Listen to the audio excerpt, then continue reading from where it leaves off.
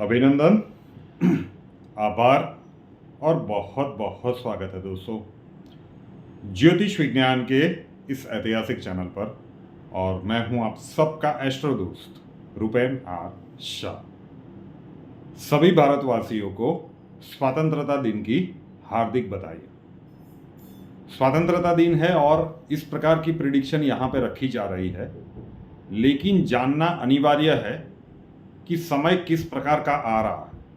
आज वीडियो ध्यान से सुनिएगा, एग्जाम्पल दे के मैं आपको बताऊंगा कि किस प्रकार से ये घटनाक्रम बना और किस प्रकार से घटनाक्रम एस्ट्रोलॉजिकली आगे बढ़ने के लिए जा रहा है। क्यों यहाँ पे टैगलाइन में लिखा गया है आने वाली एक और महामारी की सबसे बड़ी भविष्यवाणी।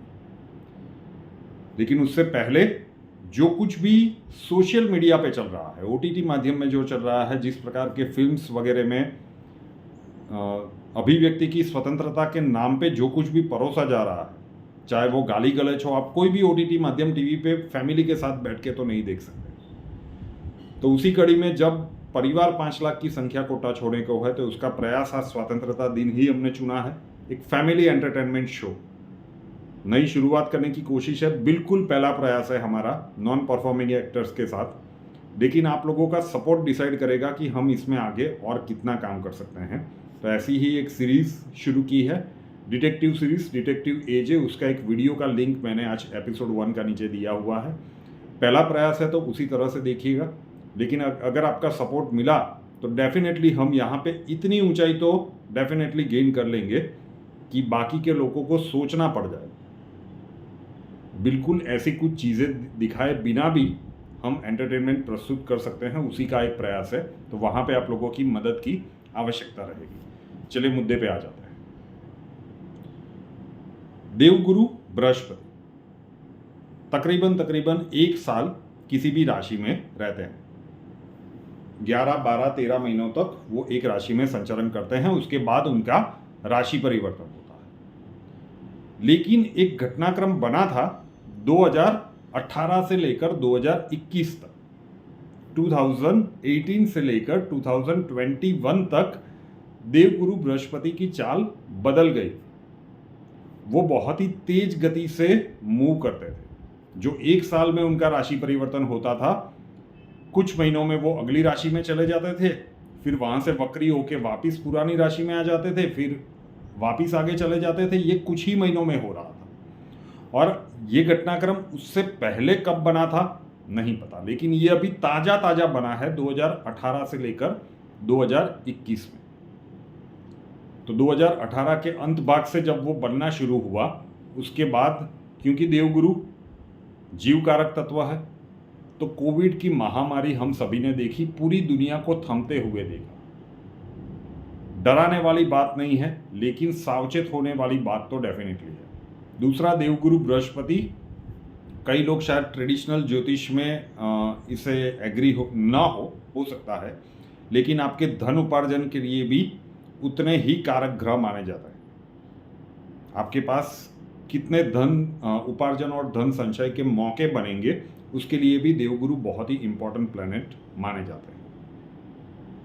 तो देखिए कि मंदी का एक बहुत बड़ा माहौल वहाँ से क्रिएट होना शुरू हो गया। महामारी की चपेट में पूरी दुनिया आती गई। सेकंड फेज में इंडिया ने भी इसका कहर देखा 2021 में ही। तो ये कुछ सालों तक 2018 के अंत भाग से 2021 तक ये घटनाक्रम चला था और ये सब कुछ हमने देखा।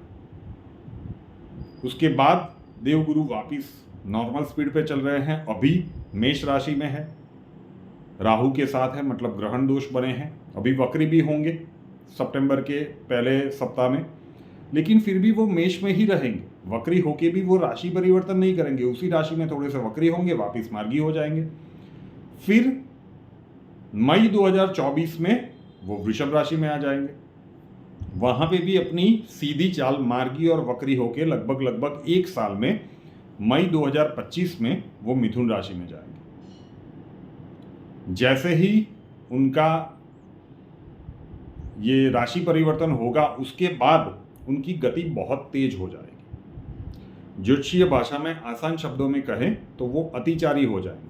नॉर्मल से ज़्यादा स्पीड पर वो गति करने लगेंगे। ये घटनाक्रम अभी अभी कुछ सालों पहले पूरी दुनिया ने इसके झटके महसूस किए हैं कि किस प्रकार से देवगुरु पूरी दुनिया को ऑलमोस्ट स्टॉप कर सकते हैं। सब कुछ थम गया था और वो कुछ सालों का अंतराल था। लेकिन मई 2025 से ये जो कुछ भी घटनाक्रम बनेगा ये बहुत लंबा चलेगा साहब। ये 2033 तक चलेगा।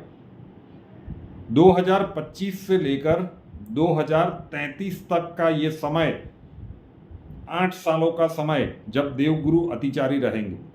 मतलब मिथुन में से कुछ ही महीनों में अक्टूबर महीने में कर्क में पहुंच जाएंगे, वहां पे थोड़ा सा जाएंगे, तेजी से वक्री होके वापस मिथुन में आ जाएंगे। जो 2018 से 21 में बीच में देवगुरु ने किया था वही चीज वो ब्रह्मांड में फिर से करने वाले हैं, लेकिन इस बार पूरे 8 साल के लिए। तो अब जरा सोचिए कि क्यों 2019 में हम कह रहे थे कि युग परिवर्तन का दशक आ रहा है। ब्रह्मांड में कोई भी खगोलीय घटनाएं बनती है तो हम माने या ना माने, हम स्वीकार करें या ना करें, लेकिन उसका असर पूरे भूभाग के ऊपर पड़ता है। लेकिन ये जो दशक है 2020 से 2029, बहुत सारे लोगों ने मजाक भी उड़ाया और आज वही शब्द धड़ल्ले से आप हर जगह पे सुन रहे हो, युग परिवर्तन।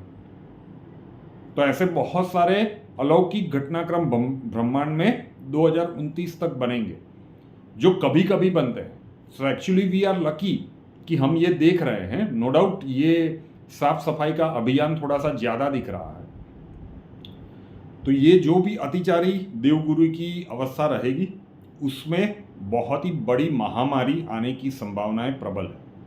लॉजिकली भी देखें तो 2018 के अंत भाग से 2021 तक जो एक छोटा सा टाइम स्पान था, मैं छोटा सा इसलिए कह रहा हूं, उसमें भी इतना सारा कोहराम मचेगा। अब इस बार 8 साल के लिए आ रहा है। ये हजारों वर्षों में शायद एक बार हो इस प्रकार की घटना है, लेकिन ये हो रहा है और ये इंडिकेशन दे रहा है कि जीव कारक तत्व देवगुरु जब इस प्रकार की चाल चलेंगे तो एक बहुत बड़ी महामारी दस्तक दे रही है। कब होगा?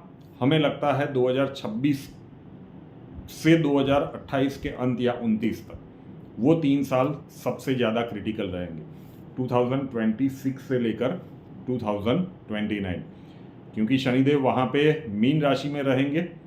तो पानी से वो महामारी जनरेट हो उसकी संभावनाएं, अब इसके ऊपर डराने की मंशा नहीं है, लेकिन ये बात समझ लीजिए कि ये आने वाला है। दूसरा एक पॉइंट कि आज भी बहुत सारे पेरेंट्स अपने जो भी संतान है उनको विदेश भेजने के लिए बहुत ही उत्सुक है।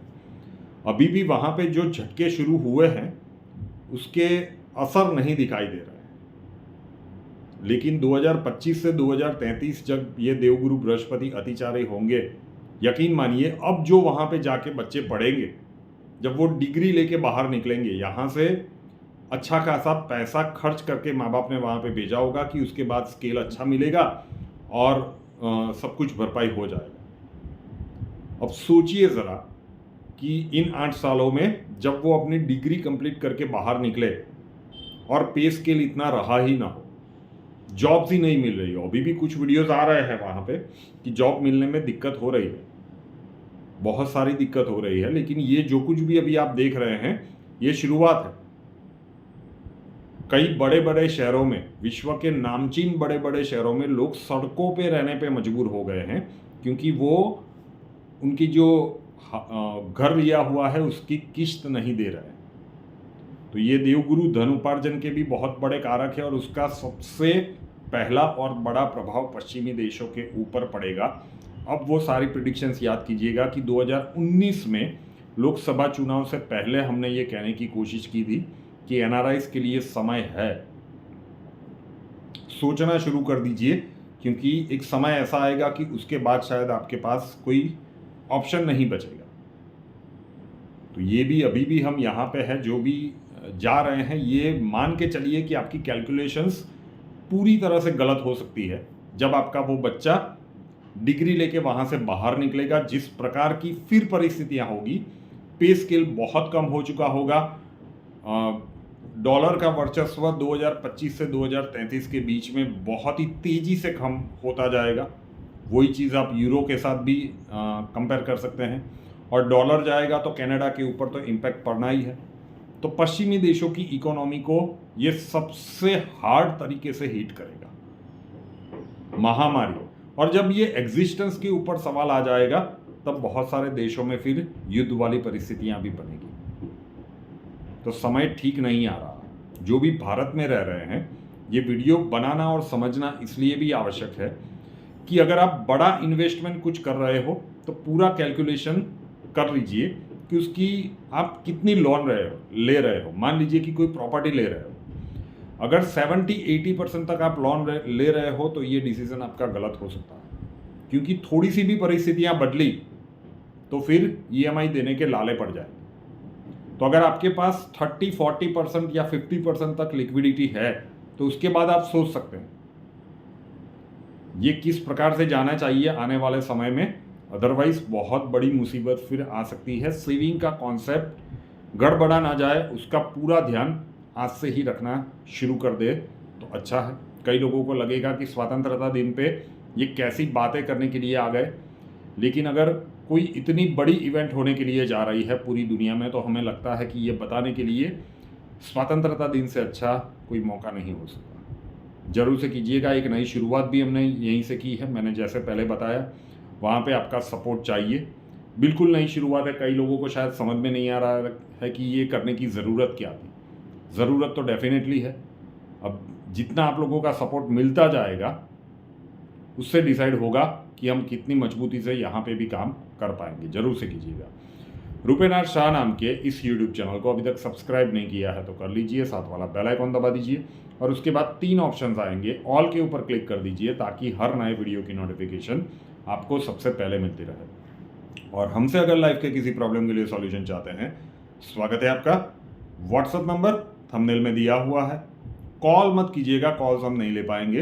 अपना नाम, बर्थ डिटेल्स और प्रॉब्लम्स डिटेल्स के साथ व्हाट्सएप नंबर 9714443110 9714443110 उसके ऊपर लिख दीजिए। अक्षय जी आपको वहाँ पे मिलेंगे, प्रोसीजर वहाँ पे समझा दिया जाएगा। नए वीडियो के साथ फिर मिलेंगे। जय।